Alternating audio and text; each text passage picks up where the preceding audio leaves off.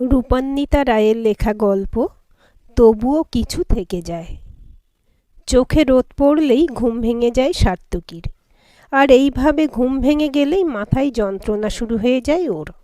সারাদিন সেই বিনবিনে ব্যথা জ্বালাতে থাকে। তারপর কাজে মন বসে না, ফাঁকি দিতেও ইচ্ছে করে না। অফিসে বসে ঘন ঘন ঘড়ির দিকে তাকায়। আবার অফিসের সময় শেষ হয়ে এলে ফাঁকা বাড়িতে ফিরতে হবে ভাবলেই দমে যায় মনে মনে। তখন ক্লান্ত ধীর পায়ে এগিয়ে যায় কোনো সস্তার বাড়ির দিকে। মাঝে মাঝে মনে হয়, এই শালার জীবন রেখে লাভটা কি, যেখানে শুধুই পরের দিনটার জন্য অর্থহীন প্রতীক্ষা করতে করতেই কেটে যায় সেই দিনটা। আবার পরের দিনটা কাটে তার পরের দিনের অপেক্ষায়। এইভাবেই তো কেটে যাচ্ছে সময়, মাস, বছর। শিলিগুড়ির বাড়িতে আর যেতে ইচ্ছে করে না ওর। বাবা মা আছেন এখনও, ভাই ভাইয়ের বউ, ওদের ফুটফুটে 18 মাসের মেয়ে তিন্নি, সবাই থাকে ওখানেই। কিন্তু সাত্তকীর আর যেতে ইচ্ছে করে না। কাজের চাপের বাহানা, ছুটি না পাওয়ার বাহানা দিয়ে কাটিয়ে দেয় দিন। আজকাল মাও আর জেদ করেন না, বুঝেই গেছেন বড় ছেলের মন টেকে না আর ওখানে। কিছুতেই কি আর মন টেকে? না কলকাতায়, না শিলিগুড়িতে, না বাড়িতে, না অফিসে, না রাস্তায়। এমনকি যে সস্তার পানশালায় গিয়ে আকণ্ঠ পান করে, সেখানেও বা ভালো লাগে কই? বিশেষ করে সেই সময়গুলোতেই তো নিজেকে প্রশ্ন করতে ইচ্ছে করে, চাইলেই কি আরেকটু চেষ্টা করা যেত না, দীপাকে আরেকটু বোঝার বা বোঝাবার? কথা ভাবে, আবার অভিমানে বুক ভরে যায় সাত্তকীর। দীপাও কি আরেকটু সময় দিতে পারতো না? তখন সদ্য কলকাতায় এসেছে সাত্তকী। বিয়ের পর দীপার সঙ্গে মায়ের বনিবনা হচ্ছে না বুঝতে পেরে কলকাতায় চলে এসেছিল। ভাড়ার ছোট্ট ফ্ল্যাট আর সেলসের কাজে অচেনা শহরে দৌড়ে বেড়ানো। এখানে কেউ কাউকে এতটুকুও সুবিধা নিতে দেয় না, সবাই ছুটছে। রাস্তায় ভিড়, বাসে ভিড়, অটোর লম্বা লাইন। তারই মাঝে অফিসে বসের ঝাড়, আর অফিস কলিগদের ওর উচ্চারণ নিয়ে অকারণ খিল্লি। সবটা নিয়ে ব্যতিব্যস্ত ছিল সাত্তকী। অফিসে রাগ এসে পড়তো দীপার উপর, অকারণে। হ্যাঁ, এখন অকারণ বলেই মনে হয়। বকাঝকা ঝগড়া করতো দীপার সঙ্গে। সামান্যতেই গলা উঁচিয়ে কথা বলতো। একবারও ভাবেনি মেয়েটাও তো ওরই মতো লড়াই করছে। হাকিমপাড়ার অত বড় বাড়ি থেকে দেশলাই বাক্সের মতো ভাড়ার ফ্ল্যাট, আলো হাওয়া ঢোকার কোনো জায়গা নেই। তারই মধ্যে সারাদিন বন্দি হয়ে থাকা। এমনকি ও একা কোথাও যায় সাত্তকী সেটাও পছন্দ করতো না। তবে তাও ভালো করে দুটো কথা বললেই মেয়েটা গলে যেত এক্কেবারে। অপটু হাতে মনের মতো করে রান্না করত, সাজিয়ে গুছিয়ে খেতে দিত। তবে অশান্তির কালো মেঘ একবার এলে নিম্নচাপ আসে হাত ধরে। সাত্তকীকে প্রথমবারের জন্য আসানসোল পাঠিয়েছিল অফিস থেকে। আর ভাগ্যের পরিহাসে সেই দিনই পা পিছলে বাথরুমে পড়ে গিয়েছিল দীপা। বাথরুমে রাখা অ্যালুমিনিয়ামের বালতিতে লেগে কপাল কেটে গিয়েছিল ওর। কোমরে মারাত্মক চোট পেয়েছিল। কোনো ক্রমে ঘরে এসে ফোন করেছিল সাত্তকীকে। কিন্তু প্রথমবারের মতো বড় ক্লায়েন্টকে প্রেজেন্টেশন দেওয়া সাত্তকী ফোন ধরেনি।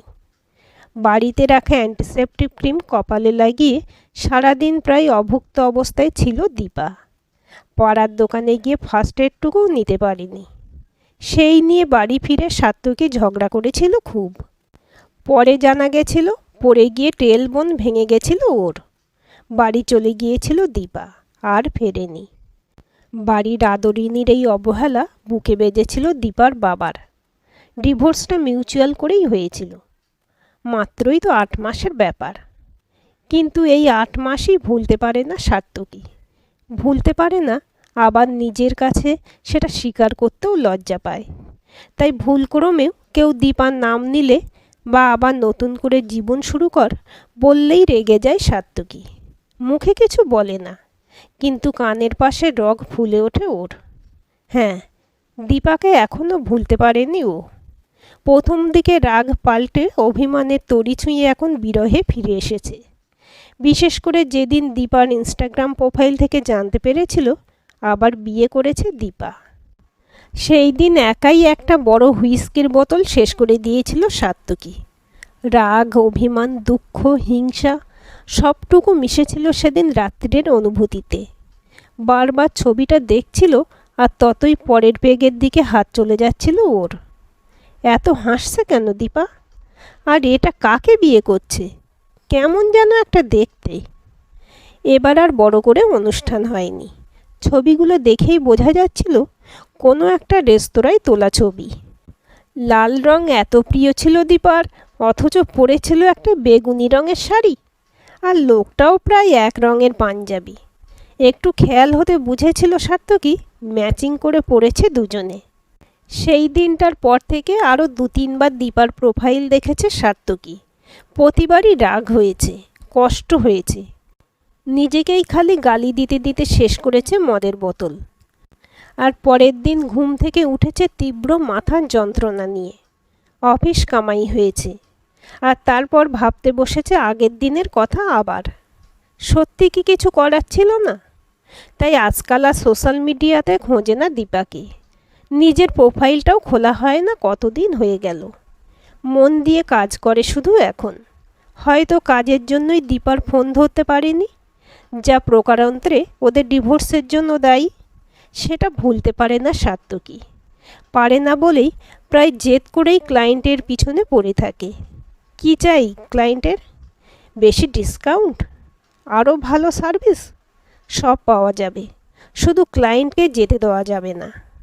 এইভাবেই ধীরে ধীরে উন্নতি হয়েছে ওর কাজে। আর প্রতিটা প্রমোশন, প্রতিটা ইনক্রিমেন্ট ওকে মনে করিয়ে দেয় 10 বছর আগে সেই সাত্তকীকে, যাকে চাইলেই বুলি করা যেত, যার পুতুল পুতুল বউটা হাড় ভেঙে অভুক্ত রাত কাটিয়েছিল, যে এখন অন্য কারো ঘর আলো করে আছে। দুটো কোম্পানি পাল্টে একটা বহুজাতিক সংস্থার পূর্ব ও উত্তর পূর্ব ভারতের রিজিওনাল সেলসের দায়িত্ব নিয়ে জয়েন করেছে সাত্তকী। সেক্টর 5-এ সুবিশাল বিজনেস পার্কের পুরো 8 তলা জুড়ে ওদের অফিস, আর সেই অফিসের একটা কোণে ওর নিজস্ব চেম্বার। এ যেন এক আলাদাই স্বপ্নপূরণ। তবে ওই কাজে মন বসে না আর ওর। কিন্তু খুব জুনিয়র স্তর থেকে উঠে আসা বলে নিজস্ব ক্লায়েন্টেল ওর সুবিস্তৃতি, তাই ব্যবসা পেতে অসুবিধা হয় না। আর নিজে কঠিন সময়ে চোয়াল শক্ত করে পেরিয়েছে বলেই টিমের ছেলে মেয়েদেরও বোঝাতে পারে। ওরাও সাত্তকীদা বা সাত্তকী স্যার বলতে জান কবুল করে দেয়। সব মিলিয়ে সাত্তকী সোমের পারফরমেন্সের গ্রাফ ঊর্ধ্বমুখী। আর কোনো মতেই নিজের মনের খবর মুখে আসতে দেয় না বলে কেউ জানতেও পারে না বুকের মাঝে জমে থাকা নোনা জলের কথা। কখনো সখনো অফিসের কোনো মেয়ের মুগ্ধ দৃষ্টি যে ছুঁয়ে যায় না সাত্তকীকে তা নয়, কিন্তু পরক্ষণেই শক্ত হয়ে যায় চোয়াল, আর নয়। যাই হোক, আলো পড়ায় চোখ কুঁচকে উঠে বসে সাত্তকী। মাথা ধরে গেল এই সকালবেলাতেই 1 কাপ কফি খেতেই হবে, তাহলে যদি একটু সহনীয় হয় এই যন্ত্রণা। কফির কাপ হাতে নিয়ে খবরের কাগজ খুলে বসে সাত্তকী। এও অভ্যাস। সেই মাধ্যমিক পরীক্ষার পর থেকেই সময় কাটানোর জন্য আদ্যোপান্ত খবরের কাগজ পড়ার অভ্যাস শুরু হয়েছিল। এই এতগুলো বছর পরেও এও যেন দিন শুরু করার একটা মোক্ষম উপায় হয়ে দাঁড়িয়েছে এই পত্রিকা পড়া। পড়তে পড়তেই একটু লেবু আর মধু গরম জলে গুলে খেয়ে নেয় সাত্তকী। না, মেদ ঝরানোর জন্য নয়, লেবুর জল আগের রাতের খেয়ারি কাটাতে সাহায্য করে। আর মধু, শুধু শুধু লেবু খাওয়া যায় না, কষাটে লাগে, একটু মধু দিয়ে খাই বলতো সেই মেয়েটা দীপা। শুধু কি সকালে গরম জলে? কলকাতা তীব্র গরমে সর্দি কাশি লেগেই থাকতো ওর বছরভর, মানে যতদিন এখানে ছিল। আর কাশিতে গলার ভিতর চিরে চিরে যেত যেন। তখন আদা, গোলমরিচ, এলাচ, লবঙ্গ, দারুচিনি দিয়ে একটা কাঠ বানিয়ে মধু দিয়ে খেত যখন তখন। আসতে যেতে 1 চামচ করে মধু মুখে দিত। না, কোথায় হারিয়ে যাচ্ছে ও? বিরস মুখে খেলার পাতা খুলে বসে সাত্তকী।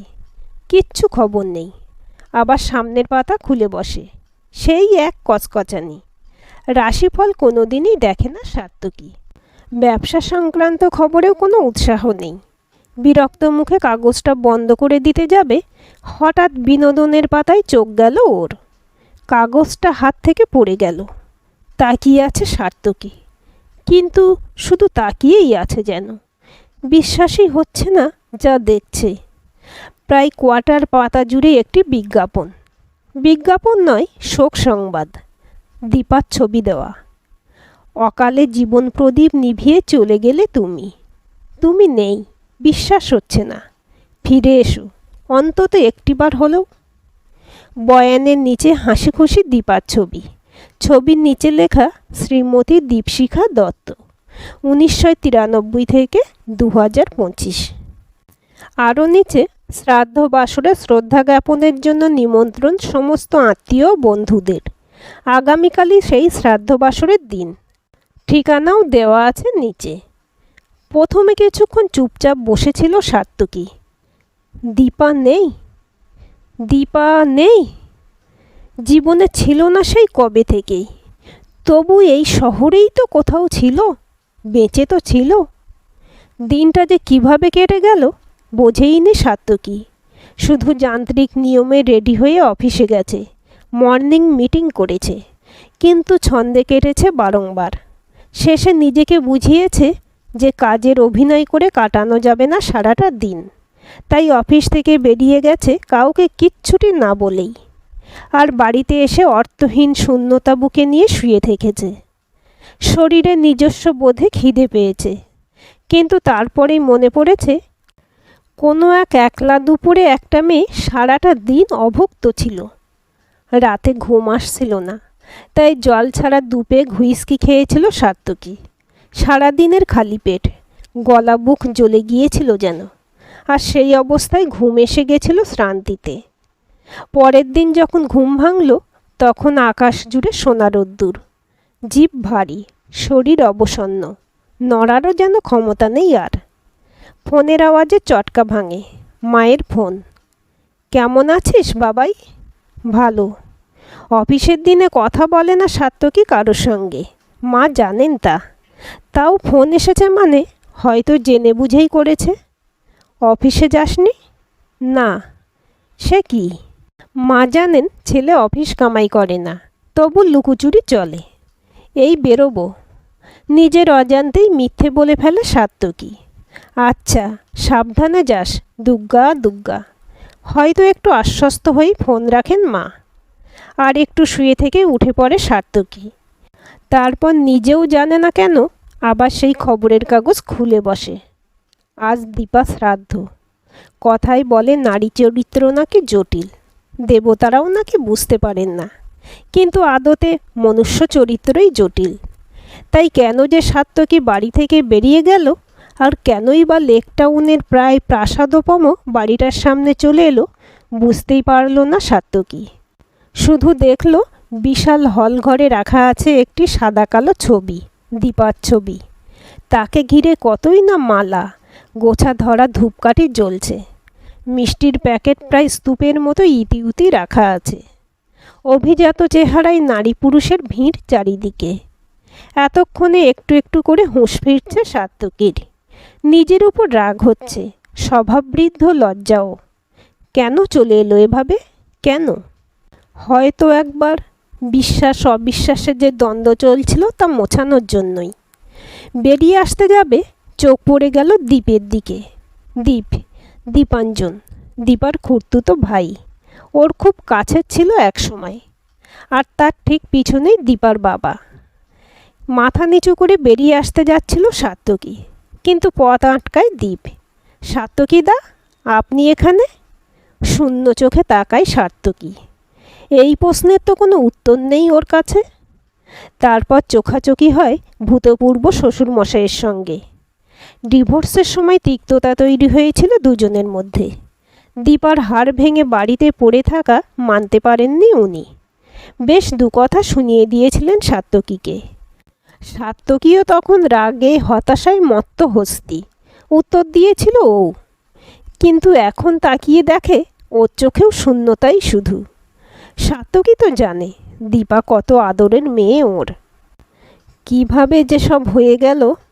ওর দিকে তাকিয়ে বিড়বিড় করে বলে উঠলেন সুবীরবাবু, যেন নিজেকেই শোনানোর জন্য। এটুকু শুনেই নিজেকে আর ধরে রাখতে পারল না সাত্তকী, কেঁদে ফেলল হঠাৎ করে। ছোটবেলা থেকেই একটা কথা শুনে এসেছে, মর্দ কো দর্দ নেহি হোতা। কাঁদেনি কোনোদিন সাত্তকী শত কষ্ট শত অপমানেও, কিন্তু আজ আর তাও চোখে জল এসে যাওয়া কান্না না, হাউ হাউ করে বুক ফাটা কান্না। হয়তো এই কান্নাটার প্রয়োজন ছিল। সাত্তকীদা, আর কিছু বলে না দীপ, বলার মতো কিছু ছিলও না তো। বরাবর মনে হতো সাত্তকীদা খুব ভালোবাসে দীপাদিকে। ওদের নামের মিল ছিল বলে দীপাদির সঙ্গে সবচেয়ে বেশি ভাব দীপের, আর সেজন্যই জানে সাত্তকীদার সঙ্গে ছাড়াছাড়িটা মন থেকে মানতে পারেনি দীপাদিও।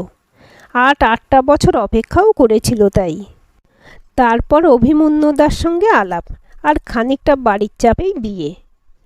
বাড়ির চাপে, কারণ ততদিনে শুভাকাঙ্ক্ষীদের পরামর্শ ও গঞ্জনা শুরু হয়ে গেছে দীপাদিকে নিয়ে। সাত্তকীদার সঙ্গে দৃশ্যতই যতটা খুশি ছিল দীপাদি, ততটা যেন অভিমন্যুদার সঙ্গে নয়। যদিও দীপের মা বলেছিলেন এর আসল কারণ দীপা এখন জীবনে পোড় খাওয়া, একটা ডিভোর্সের দাগ আজও মেয়েদের জীবনে কম নয়। তাই হয়তো অতটা হিসেবি হাসি দেখা দিত দীপার মুখে, আর তুলনা করতে না চেয়েও তুলনা চলেই আসতো দীপের মনে। এত চাপা ছিল মেয়েটা, মনের মধ্যে যে কী চলছিল বলতো না কখনো। মনের মধ্যে কত কিছু রেখে দিয়ে চলে গেল মেয়েটা। ফুঁপিয়ে উঠলেন সুবীরবাবু। ভূতপূর্ব শ্বশুর জামাই একত্রে কাঁদছেন। একটু অদ্ভুত দেখাচ্ছিল বটে, নিজেকে অল্প সামলে নেয় সাত্তকী, তবে খুব অশক্ত লাগছিল ওর। সাত্তকীদা, চা খাবেন? হয়তো ওকে একটু শান্ত হওয়ার সুযোগ দেওয়ার জন্যই বলে উঠল দীপ। চা বলেই সাত্তকী ভাবল, হলে মন্দ হয় না, সকাল থেকে তো পেটে কিছুই পড়েনি, চাটার দরকার বড্ড। চলুন সাত্তকীদা, বাইরের গলির মুখেই একটা চায়ের দোকান আছে। এক মুহূর্ত দীপের দিকে তাকায় সাত্তকী। সেই ভালো, এমনিতেই এই অভিজাত বাড়িতে সুন্দরী নারী পুরুষের ভিড়ে ও অনাহুত। গলির পাশে চায়ের দোকানে 2 কাপ বড় ভাঁড়ের চায়ের অর্ডার দিয়ে চুপচাপ দাঁড়িয়ে রইল দুজন। একটু পরে নীরবতা ভাঙে সাত্তকী। কি হয়েছিল তোমার দিদির? ও মা, আপনি জানেন না? একটু অবাক হয় দীপ। না, আমি তো নিউজ পেপারে বিজ্ঞাপন দেখে। ওহো, ওখানে ডেট দেওয়া হয়নি, শুধু সাল ছিল। দিদি 4তলা ছাদ থেকে ঝাঁপিয়ে পড়েছিল ভোর রাতে। শিউরে ওঠে সাত্তকী। দীর্ঘশ্বাস ফেলে দীপ। খানিকক্ষণ পরে বলে ওঠে, দিদি গত কয়েক বছর পাল্টে গেছিল খুব সাত্তকীদা। কথা বলতো খুব কম, নিজের মধ্যেই থাকতো। আমাদের দেখে বিশ্বাসই হতো না, যেন এক অন্য মানুষ। অথচ একটা সময় দিদির নামই ছিল কথার সাগর। শূন্য চোখে তাকায় সাত্তকী। অফিস থেকে ফেরার সঙ্গে সঙ্গেই কথা শুরু হতো দীপার। কত যে গল্প জমে থাকতো মেয়েটার, সারাদিনের রোজ নামচা। এমনকি ফেসবুকে কোন বন্ধু কি স্ট্যাটাস দিয়েছে সব সব বলা চাই ওর। এমনকি কোন রান্না কিভাবে করেছে সেটাও। আর সেই মেয়ে চুপচাপ। সময় হয়তো পাল্টে দেয় সবাইকেই। কেন করলো এমন? ও তো সুখীই ছিল, তাই না? এত বড় ঘর বর। আনমনে বলে সাত্তকী। সুখী ছিল হয়তো সাত্তকীদা, তবে বাইরে থেকে আমরা কী বা বুঝতে পারি। তবে আমার বারবার মনে হয়েছে দীপাদির ডিপ্রেশন আছে একটা চাপা। মাঝে মাঝে মনে হয় আপনাদের ডিভোর্সটা মেনে নিতে পারেনি ও। একটু দ্বিধা করেই বলে দীপ। আমিই কি পেরেছি? চোখে আবার জল আসে সাত্তকীর। এই কথা স্বীকার করেনি এর আগেও, এমনকি নিজের কাছেও। কিন্তু স্বীকার না করলেও জানে না কি নিজের কাছে কি কিছু লুকানো যায়? জানো, এখনও আমার অভ্যাসে অনভ্যাসে মিশে আছে দীপা। ও মুগ ডাল খেতে ভালোবাসত, চুমুক দিয়ে বাটি ভর্তি মুগ ডাল খেত। জেঠুর অভ্যাস। মুগ ডাল আর খাই না আমি, দেখেই ওর কথা মনে পড়ে। আবার ওর অভ্যাস ছিল সকালে গরম জলে লেবু মধু মিশিয়ে খাওয়া। এখনও আমি খাই তাই। গলা ভেঙে আসছে সাত্তকীর। চুপ করে থাকে দীপ। তারপর বলে, এখনও ওই অভ্যাস ছিল দিদির। এমনকি আজও দেখলাম রান্নাঘরে মধুর শিশি। আবার সাধারণ মধু না, নেপালি মধু। এমনকি যেদিন দিদি এই কাজটা করলো সেদিনও। সেদিনও কি দীপ? সাত্তকীদার গলার আওয়াজ শুনে চমকে তাকালো দীপ। কমুহূর্ত আগের সাত্তকীদা যেন নয়। চোখগুলো জল করছে, কপালের রগ ফুলে আছে। কিছুই না সাত্তকীদা, সেদিনও মধু খেয়েছিল দিদি, হয়তো তার একটু আগেই। খবর পেয়ে আমি আর বাবা যখন আসি, তখন বাবা সহ্য করতে পারছিলেন না। বাবাকে জল দেওয়ার জন্য আমি রান্নাঘরে ফ্রিজ থেকে জল আনতে গেছিলাম। তখনই মধুর শিশি আর একটা চামচ দেখেছিলাম। চামচটা তখনও শুকনো দাগ লাগা ছিল। নেপালি মধু? তুমি শিওর? হ্যাঁ, অভিমন্যুদাই তো বলছিলেন। আর ওই নেপালি মধু দীপা পেল কীভাবে? হয়তো অভিমন্যুদা এনেছিল। উনি তো ব্যবসার কাজে প্রায়ই যান নেপালে। কিন্তু কেন বলুন তো সাত্তকীদা, আপনি এই সামান্য বিষয়ে এত উত্তেজিত হচ্ছেন কেন? প্রশ্নটা করা থেকে নিজেকে আর আটকাতে পারে না দীপ। চুপ করে যায় সাত্তকী। তারপর বলে, কারণ নেপালি মধু তীব্র হ্যালুসিনেশন তৈরি করে। মাত্রার বেশি কমের উপর সেই হ্যালুসিনেশনের মাত্রাও নির্ভর করে। আর দীপাকে আমি যতটা চিনি, চামচ ভর্তি করে মধু খাওয়ার অভ্যাস ছিল ওর। সাত্তকীদা, বেশ কয়েক মাস আগে আমি নিজেকে শেষ করে দিতে চেয়েছিলাম দীপ। কিন্তু আমি ভীতু খুব। যন্ত্রণাহীন মৃত্যু খুঁজছিলাম। বোকার মতো ইউটিউবে সার্চ করছিলাম। সেরকম কিছু পাইনি, জীবন খুব সুন্দর ধরনের কিছু ভিডিও ছাড়া। কিন্তু কোনো এক অ্যালগোরিদমের পাল্লায় পড়ে সেই নেপালি মধু এসেছিল আমার হোম পেজে। তখনই জেনেছিলাম এই মধু হ্যালুসিনেশন তৈরি করে, যার যে থাকতে পারে কয়েক ঘন্টা থেকে কয়েক দিন পর্যন্ত। কিছু বলতে পারে না দীপ, শুধু শুনে যায় আর মনে মনে হিসেব মেলাতে থাকে। নেপালি মধুর বিষয়ে জানে না, তবে দিদির হঠাৎ করে নিজেকে গুটিয়ে নেওয়া আর মাঝে মাঝে একাকিত্ব নিয়ে পোস্ট করা ফেসবুকে মনে পড়ে যায় দীপের। শুনেছিল দিদির নাকি ট্রিটমেন্ট চলছে। অভিমন্যুদাই জনে জনে বলেছিল সেই কথা শ্মশানে আর আজকেও। কিচ্ছু করা যাবে না দিদির জন্য? কেমন ভাই তবেও? 5 দিন পরে লেক টাউনের গৃহবধূর আত্মহত্যার ঘটনায় নয়া মোড়। ময়নাতদন্তে প্রাথমিকভাবে মনে হয়েছিল 32 বছরের ওই মহিলা আত্মহত্যা করেছেন অবসাদ থেকে। কিন্তু চাঞ্চল্যকর এক কথা সামনে এসেছে। ক্লিনিক্যাল ডিপ্রেশনের রোগী এই গৃহবধূর স্বামী নিজেই এমন একটি বিরল মধু তার কাছে এনে দিয়েছিলেন, এমনকি খাবার জন্য জোর করতেন, যা থেকে তীব্র হ্যালুসিনেশন হয়। জানা গেছে, দিন 20 আগে নেপালে গিয়েছিলেন মৃতার স্বামী। তিনি এই মধুর গুণাগুণ জেনেই কিনেছিলেন এটি। আত্মহত্যায় প্ররোচনা দেওয়ার অভিযোগে পুলিশ স্বামীকে গ্রেপ্তার করেছে। খতিয়ে দেখা হচ্ছে দাম্পত্যে তৃতীয় ব্যক্তির সম্ভাবনার কথাও। একটানা ব্রেকিং নিউজ চলছে। কফির কাপ হাতে টিভির সামনে বসে আছে সাত্তকী। চোখে ভেসে উঠছে ভাত কাপড়ের দায়িত্ব নেওয়ার দিনটার কথা। শিলিগুড়ির বাড়ি ভর্তি আত্মীয় স্বজন। কি হলো বল? তোমার সারা জীবনের ভাত কাপড়ের দায়িত্ব নিলাম, সাত্তকীকে একটু ঠেলে দিয়ে বলেছিল ছোট মাসি। তোমার সারা জীবনের ভাত কাপড়ের দায়িত্ব নিলাম, যন্ত্রের মতো বলে উঠেছিল সাত্তকী। সেই শুনে ভিড় করে থাকা ফিচেল ভাই বোনদের কি হাসি। আর আমার ভালো থাকার? ডাগর চোখে তাকিয়ে শুধু ওই শুনতে পাবে এমন গলায় বলেছিল মেয়ে। ভালো রাখতে পারেনি সাত্তকী, সেজন্য এতগুলো বছর ধরে অপরাধবোধ কুড়ে কুড়ে খেয়েছে ওকে। কিন্তু আজ থেকে অন্তত নিজের মনের চোখে নিজের দিকে তাকাতে পারবে ও।